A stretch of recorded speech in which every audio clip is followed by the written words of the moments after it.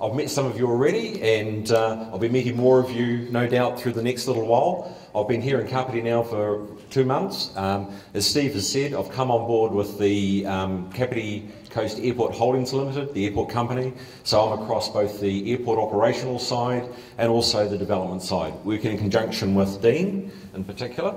So what you've got now is a local presence, a local face here in Kapiti, and I'm part of the community. Thank you. Great. Now, what I wanted to say, just part of the introduction, is to say that as a business, obviously we're quite multifaceted. We have an airport, which is an integral part of the business, and of course we have the focus here today more so on the property development side. And the development occurs on land which has become surplus to the needs of the airport operations. So you can be assured that the airport will remain continuing what it does, which I believe it does very well. Please keep supporting the service, it is fantastic. And then what we do with the balance of it is our opportunity here to develop and create the sort of growth and the impetus that we've all talked about today. Now, what you see there are some images of one of the schemes, I believe, for Kapiti Landing, which could show you some of the bulk and the form of the eventual development. And if we could just move to the next one. Okay, now I think Steve's covered this, and it's a lot of familiar territory as well. And I can say from our perspective, there's a number of reasons why this location has particular promise. You can see typically, and I've seen this in other experiences I have, I've worked for Auckland Airport, worked for Capital Properties, it's utterly important about the really your transport nodal sector. We have got a huge opportunity here with the investment. This development, as is other parts of Kapiti, are well located for the expressway. Fantastic about the transmission gully. We have the airport, that's well serviced. We have the rail, so we're in the right place. We're starting to get over some of the locational restrictions that I think we've suffered from in the past, and that's a little bit ahead of us. So it's a lot of what we're talking about now gets us in the right position for the future.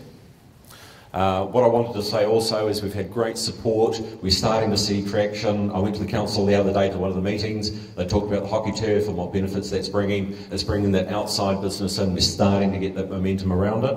And also, I have to say I've enjoyed coming to Kapiti and finding how positive the business community is. Council is also in the same way, and others are supporting. Electra, thank you, who are really in behind some of these initiatives that we're going to talk about in a minute. And just really to round it out, we've got a number of factors that are going well, as I say, and we are well placed to help support that regional growth. What you have here is the ICT project. Now this is a visioning, it's a concept plan about how it might look. What has occurred here and what's brought impetus to this, I think, is through the work that was done through the Kapiti Horowhenua Business Development Forum, the initiative, and there's been particular focus that we can bring to the ICT business. It was seen as the best way of bringing that to fruition is to bring the focus onto a development where we can bring together related businesses and not necessarily just ICT, but we've talked about more broadly other businesses and the other creative community that could really cohabitate. And what we're looking for here is to generate something more than just a conventional office building. It will be a collaborative environment. So what you have here is a visioning of it, and were you to look out and across the way over here, one of the green spaces diagonally across from where New World is would be the location for this. Robert, what yes? Is ICT? Probably the best to explain. Chris, could you give us the potted summary of Chris Dyberg's here? Because there's more to it than just the ICT. Make it brief. Gee, Yeah. Thanks for the warning that I was going to do this. Yeah, Robert. well done. Yeah, ICT, Information and Communications Technology. So, often you just hear about it as IT, but you usually throw in the C just because it's sort of recognised it's a bit wider. But just to give you sort of the potted summary, yeah, so as Robert said, back in April last year, Electra had the Business Growth Initiative, and a lot of the people in the room here were there, and we talked about opportunities to sort of grow business across the Kapiti and Horowhenua areas.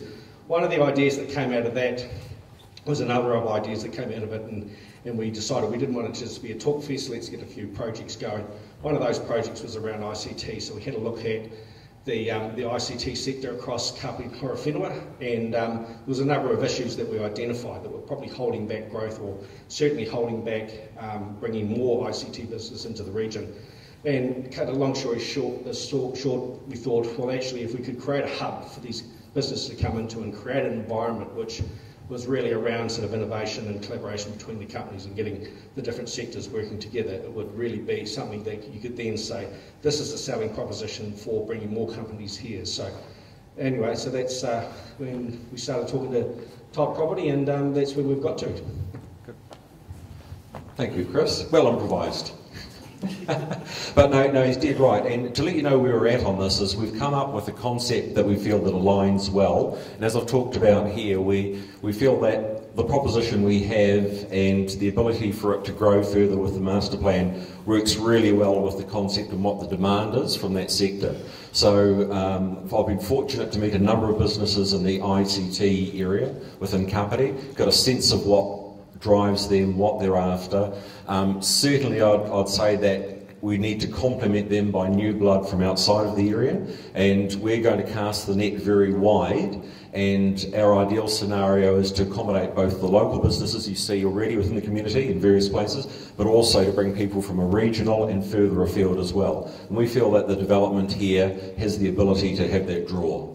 And it's a huge opportunity for us. So we're on that journey to go through really proofing the concept, working still, getting feedback. So if any of you want to give me any of your thoughts, particularly those in the industry, feel free to just get in touch. It'd be great, thank you. We're just taking that on board as we work through. And I think the next slide is just a few metrics about it to give you an idea. It's quite a relatively large building in the context here in Kapiti of about 3,000 square metres over 2 levels. What we're endeavouring to do is tailor a space which is, I think, going to appeal in that sector, and a lot of the feedback we've had is have large open spaces, somewhat flexible. Very much people are into the notion of sharing training, meeting, collaborative rooms. And I think if you go into a lot of the more modern spaces, say in Wellington or Auckland, and I've seen them overseas as well, very much that's the vibe. It's all about the formal and informal that goes on. And also the ability not to restrict people overly much, so a degree of flexibility. And as already been touched on, we have a number of reasons why we should be optimistic about this with the infrastructure that's here and our ability to provide a product here which I think will be really competitive in the broader market. Okay, now something a little bit different. You've already seen some press about the notion of a market square. I'm not quite sure about market square as quite the concept, but what we're looking for here, and again this is a rendering of how the concept might look, and it would be a complete sector again diagonally across over here from New World, is to look at really creating a precinct into itself. So what you're seeing here is 11 different structures, and with a street and an urban scape that can cause some variety. It's eclectic, it's designed to be a place of a bit of excitement and vibrancy. And what's going to be really key in this is it's going to be an interesting piece of architecture, but also in terms of the tenant mix. And we've got on board Joe Dundon, who some of you will know from the R Group, and so Joe's involved in this, and again we're developing the concept, getting a feel for it, working out what the right mix is going to be. Certainly the aspiration here is to give something which is, as I say, interesting, has a sort of quality, gives a focus to Kapiti, as a food and beverage a centre of excellence really.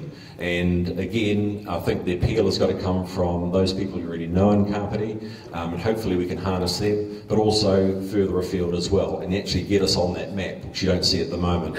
One thing I noticed when I went to Auckland the other day, you look at the Cora magazine, Kapiti is not on there, and they've got a picture on the front, and they've got all these foodies across it. And I'll show you where Al Brown is and all these other marvellous things, but there's nothing on Kapiti. And the intention is that we'll get ourselves on this map, there'll be something about Kapiti. And this is the opportunity to do that. We'll just shoot on to the next one. I think the next one just gives an idea of a schematic of sort of the layout. But what you can see there is there's an opportunity for a streetscape, which is kind of like, the idea is an informal, formal space. There'll be events, opportunities for things to happen, for people to do the outdoors, indoors thing.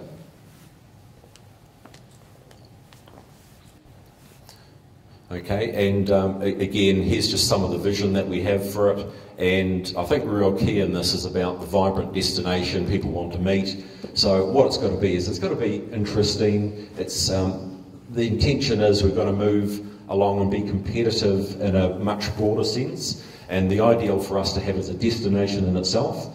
And so it means that people are coming from Wellington, they'll come from Palmerston North, they'll do the day trip, but also it's on the tourism track, but also it's going to give all of you here opportunities, because that's one of the feedback I've had so far since I've been here. People say, I've got limited options for my dining, where do I take my friends? People are going into Wellington to do that. We want to give you another option, but we recognise that we have to be very competitive in what we do.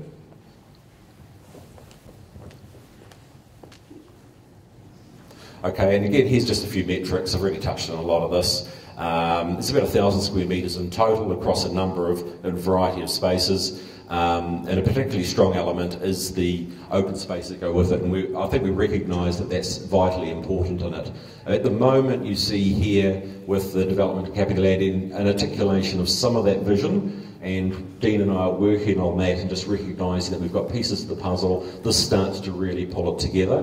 What we're looking for in this development is, I think it's been described as the fizz. It's going to be that real point of difference. It's going to be that wow factor. And we think that's going to be really beneficial to Kapiti and to the next stages within the development here. Okay, now Dean, do you want to just have a quick word about some of these next projects that you're involved with?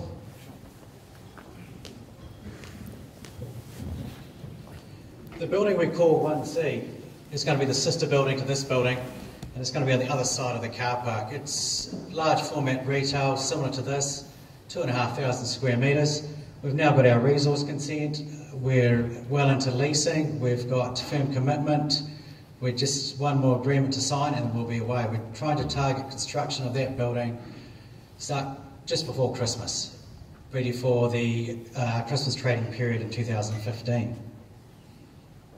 The other concept we're just about to launch the leasing market is a business continuity disaster recovery centre. So that's about a 2,000 square metre building, primarily focused. The idea is it acts as a warm office to Wellington-based businesses who have disaster recovery programs. The idea is if something does happen in Wellington, they can move the core of their business up to Kapiti in the short term and operate until things settle back down in Wellington. The building will have its own power, water, so it can be self-sustaining for a period of time. We've got some images of these projects. So that's the disaster recovery building, and it's going to be on the gateway buildings to the main development as you come in from Kapiti Road, as you all drove in tonight. That'll be on your left. And then that's an image of the sister building to this, which is on the other side of the car park. There will be one more row of development between that building and Kapiti Road, which will front onto Kapiti Road. So we're looking to start another building on Kapiti Road also before Christmas. So we're in the later stages of closing the deals to get that one underway. So thank you. Thanks, Steve. Thank you. Just to remind me, as Dean was talking about the timing, again with the ICT and the food and beverages, say we're at the concept stage. We're in dialogue with people who will be potential tenants. So it's really a case of us working through refining the concept. And really, we still need to go on that journey to prove it. As I said already, I think one of the keys to this will be bringing in people from outside of the district to, really bring that additional oomph to it for a start as we keep growing within the local area. So it's going to be an interesting journey, but a pretty exciting sort of proposition. Thank you. Now, I was just going to finish off because I was asked to tell a little bit more about where I've been in the past. And so people are usually interested. I was working in the Middle East before I came here. So I thought I'd throw up some pretty stellar images. This is actually Hamid International Airport. I was involved in the development and opening of that before I came back over here to Kapiti, to New Zealand. And to give you an idea, just on that one there, They've got an astonishing ability to spend. That's a US $15 billion airport. What they did is the old airport, I also was involved in management of that, which is 5 kilometres across to the other side. They had an amazing ability to build this, reclaim a chunk of the Persian Gulf, spend $15 billion, not terribly well at times, but ultimately we got the product delivered out. So it's a pretty stellar thing, and just think of the scale there. It's 600,000 square metre building, which is 60 hectares, so there you're going to ski yourself. And now the next one, I was asked to talk about myself. That's me from the old days and some of my experience in Wellington. I swam Cook Strait in 2006. I was still an old boy when I did it, so I was just asked to throw something up there. So there's the before and after. You can tell which is the after. But hopefully I was looking particularly focused at the start and pretty tired at the end. But that's me, and look, thank you all very much. Thanks for being patient and listening to the story we have. But if anybody wants to get in touch with myself or Dean, just let us know. You're quite welcome to get in touch with me. I'll leave a few of my cards here, but also I'm based in the terminal. So if you come into the terminal, I'm in the office next door to the airport manager, and any of you are quite welcome to pop in. Thank you.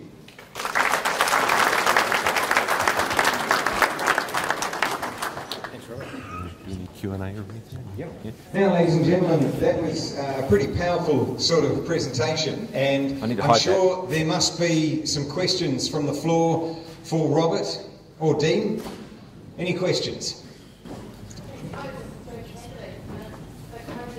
Yeah, big project, Robert. Hamad, nothing really. You're in Kapiti now, dude. Can you handle the pace?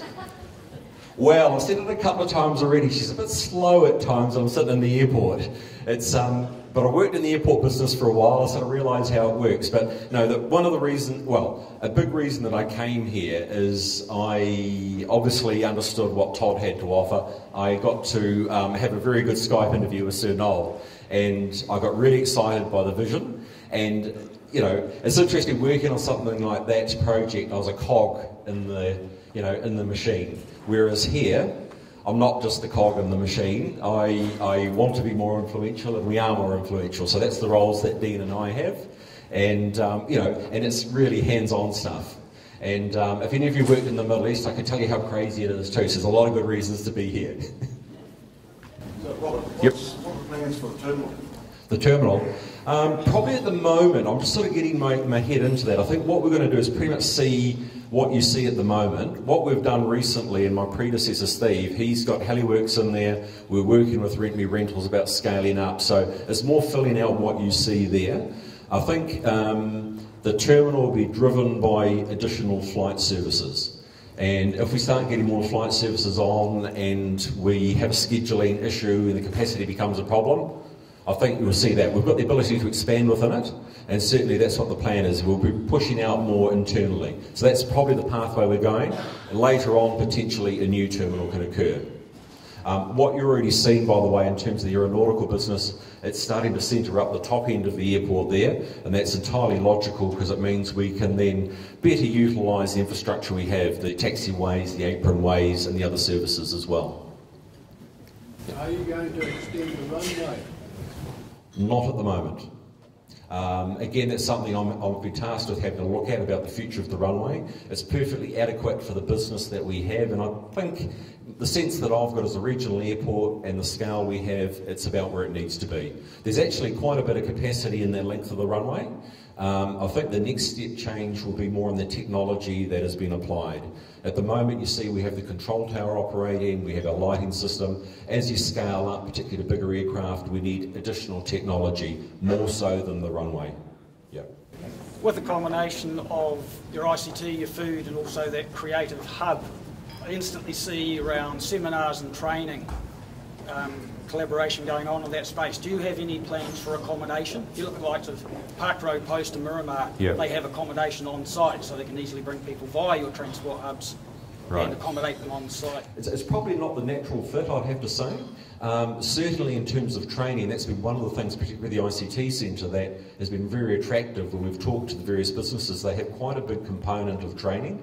So we've included within the facility quite a large training room that can be with retractable walls and so on that can scale up and scale down, and also spaces that can be breakout spaces. So, you know, we are aware of that, but the scale is not huge. I think accommodation-wise, that's probably an option for the future, but I would suggest not within the precinct you see at the moment. But there are opportunities within the overall development envelope. You know, you can think more around to the western side, there's opportunities there. So it could be somewhere within the development. Yes. Hey, great stuff, guys. Thank you very much, and especially the ICT Centre. Looking beyond the pictures that Dean put up of what might be happening next, is there other stuff that might be coming up that hasn't yet got to the stage where you've drawn pictures of it, but which is the sort of stuff that you think might fit naturally into Kapiti here that we can be keeping our ears to the ground about in terms of, you know, the next stages beyond the disaster recovery, etc.? One of the drivers for the tight investment here is the long-term development plan, which will follow the infrastructure. From our previous experience, once the motorways start construction, the whole dynamics change. So the western side of the airport will then switch over to more commercial, industrial, distribution centre type development. But in the short term, the demand is primarily in the region for office, retail, services, accommodation. Does that answer your question? Yeah. Just to add to that, I mean, Dean is dead right. We've looked at, and you see in the developments, and the focus here is that when you start having kind of what you term as a more resident population, you've got people working in the office environment, we can replicate the experience they might have in Wellington, which, you know, we're seen as a really important component to it. So you kind of need that depth and variety, I think, and that really starts to get the thing to gel together more. Yes? The restaurant complex you're thinking about, which is exciting, but have we thought about what effect that might have on the existing restaurants, or are you expecting them to come into the new complex? Well, at the moment it's still at the concept stage. I'm liking, well, I guess my assessment is that we're going to be offering something a bit different, and the idea is with a more comprehensive development like this is, you know, it's going to have different, the environment's going to be different. You know, we're looking for that artisan upper end, you know, some of that within Kapiti. I'd like to think it would grow the whole pie, you know, sort of that's the idea, is to sort of create something which is certainly a quality proposition. Like I say, it's got to be sufficient to draw people from outside of the district, be that destination, you know, offer that difference. You know, it's interesting, we had a bit of a session talking about the marketing of it and what the proposition is, and one thing that I liked is people were saying, yeah, we want somewhere to mooch around, you know, just chill out if that's what you want to do, and just be seen, whatever it takes. The sort of foodies and the sort of operation there too, we anticipate things which is going to be, you know, really interesting stuff where you can see some of the delivery, the manufacture,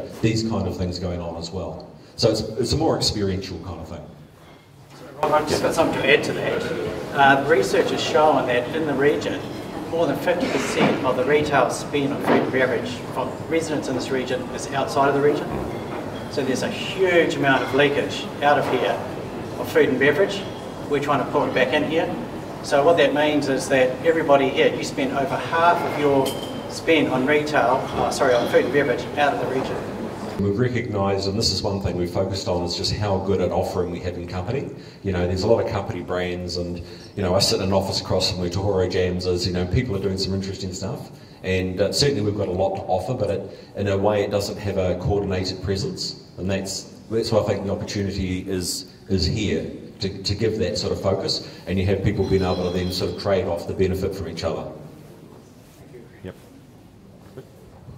Right, thank you very much, Robert, and thank you, Dean, and thank you to all of the members of the Top Property Group here, and of course for all of the Bailey's real estate team that are here in force, and it is because of them that we've had this magnificent evening tonight.